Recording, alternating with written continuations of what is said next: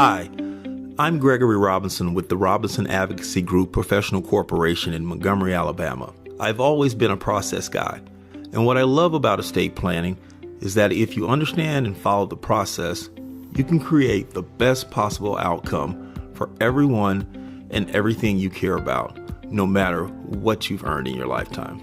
Welcome to our masterclass, Avoiding the Inheritance Battle That Sabotages Your Family Legacy. Who is this for? Homeowners or business owners, those who are married, have a blended family, or single again, those who have worked hard or still working to provide for their family or things they value, and those who have children, family, or charitable agencies that they care about. In the next 30 minutes, I'm going to show you how our clients ensure that things will be smooth and simple for their family, confirm that the things they own will go to the people who should have them, how they prevent family disputes over an inheritance, and ensure that biological children do not get cut out of an inheritance, and how they maintain clarity and fairness in the family. And our clients do this without going to court, hiring lawyers, and waiting for a judge to make decisions for them, otherwise known as probate. Even if they wouldn't consider themselves wealthy, even the most modest estate is worth protecting. I know your time is valuable, so here's my promise to you. I'm going to share a process that will help you prepare for the unknowns that life inevitably throws at us, and will protect yourself, your family, and even your family business in the event of incapacity, and ensure that the assets that you've acquired pass along to the people who you want to receive them. I'll show you how my clients avoid the frustrating and expensive probate process that leads to family disputes and a tarnished legacy. If that's what you're here for, then you're in the right place. And we do all of this without giving any unnecessary amount to the Internal Revenue Service. Does this sound like you? Intimidated to work with an attorney? Alarmed to learn that the probate process will last at least 6 months in Alabama? This is the time required to give creditors an opportunity to file a claim to close out the estate. Are you worried about whether or not your wishes would be honored in the absence or incapacity? Afraid that your business would be vulnerable without you? Are you nervous that you might leave a burden on your family rather than a legacy? If any of those scenarios sound like something you've gone through or are going through right now, then I have some good news for you. None of those are the real problem. The real problem is you haven't taken the steps necessary to avoid some of the big mistakes. Once you solve the real problem, you can be confident that you've done everything in your power to ease the burden on your family and leave a clear legacy instead. Today, we're going to be discussing strategies that are dissimilar to conventional wisdom. So you may be wondering, why should you listen to us? So let me take a minute to introduce myself. Again, I'm Gregory Robinson, founder and director of the Robinson Advocacy Group Professional Corporation in Montgomery, Alabama.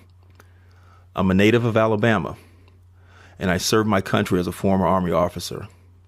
As a Lean Six Sigma expert, I'm highly analytical, which helps me to be process-oriented. Estate planning is not stagnant, but a process that evolves with changes in the law and your life. Once I find the roadmap for the process that fits your family, I continue to refine it and respond to changes to ensure that the machine runs very smoothly. By nature, I'm a problem solver, and I enjoy helping people find a way out of their problems. I listen, empathize, and gain a deep understanding of the issues. And then I leverage my knowledge to identify a resolution. In addition, my membership with Wealth Counsel provides a plethora of resources that enable me to provide first-class service to my clients. Mistake 1. Thinking a will is all you need. Let me tell you a story about a client who was the surviving spouse of over a 50-year marriage. The client died having a last will and testament dividing her assets unevenly among her 3 surviving children. Shortly after the executor filed a petition to open the estate, the youngest son contested the validity of the will, claiming coercion and duress by his 2 siblings. The dispute between the siblings became very unpleasant, destroying the siblings' relationship and adding months to the probate process. Mistake 2, not protecting your heirs from the inheritance. I knew a family that owned a very successful transportation company. The company operated for over 50 years prior to the owner becoming ill. This very successful business owner did not have a business succession plan and assumed that his descendants would run the business in his absence. He was wrong. After his death, his family was ill-equipped to run the business. His wife didn't like the industry and wanted nothing to do with the business and let her oldest son take over. The son was a spendthrift. Within 2 years, the company was bankrupt. Mistake number 3, not using the secret weapon. The Robinson advocacy process is a proven system designed to take care of your family, your assets, your business, your wishes, and everything that's valuable to you. It's a comprehensive estate plan that fits you like a tailor-made ensemble. Let's do a brief recap.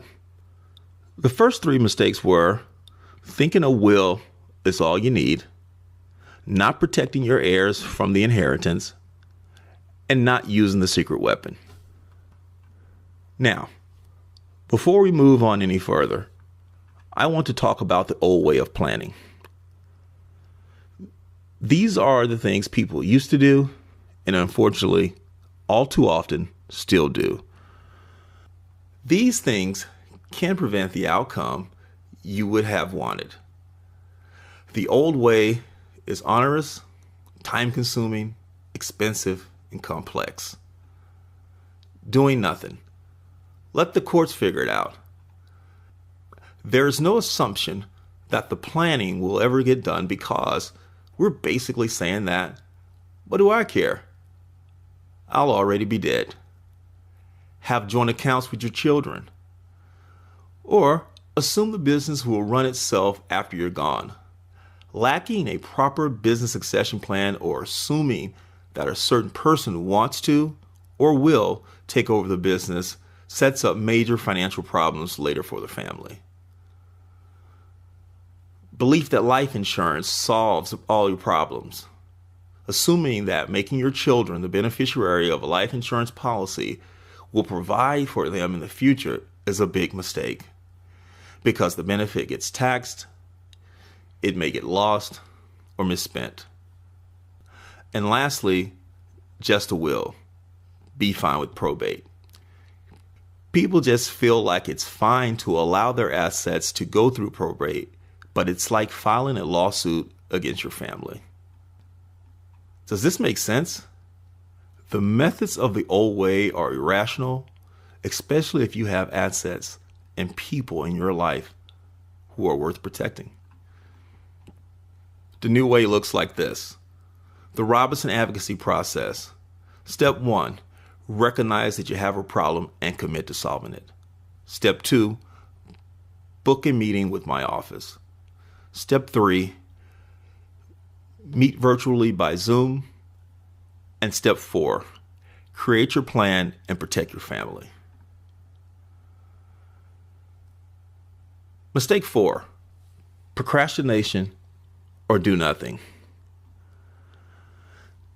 A close friend whose sister went into a coma called me and asked how could he manage her financial affairs while she was in the hospital because she was single. I explained that he needed to get a conservatorship, but due to the pandemic, the courts were closed. The other siblings threw money together to pay for their sister's expenses, but all the while the brother couldn't get a power of attorney to manage her finances. This woman was a professional with no kids or a partner, and no one in her family could do anything to help her financially. However, the story had a happy ending because my friend's sister recovered, and I was able to prevent the issue from reoccurring by drafting a doable power of attorney, and her brother is now her agent. Fifth mistake, not getting expert help. Case study. LegalZoom. People do it all the time. Many people think, I won't have to pay the lawyer anything because I'll get self-help legal assistance for cheap. I tell clients, if they're intending to speak to the court about what you want, getting the fill-in-the-blank product will not meet your needs. It's the difference between buying a tailor-made suit and a suit off the rack. Estate planning is a specialized area.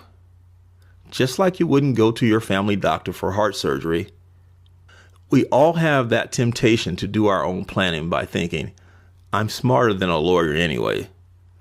A lot of younger clients tend to go out and do things themselves, but you want some professional help.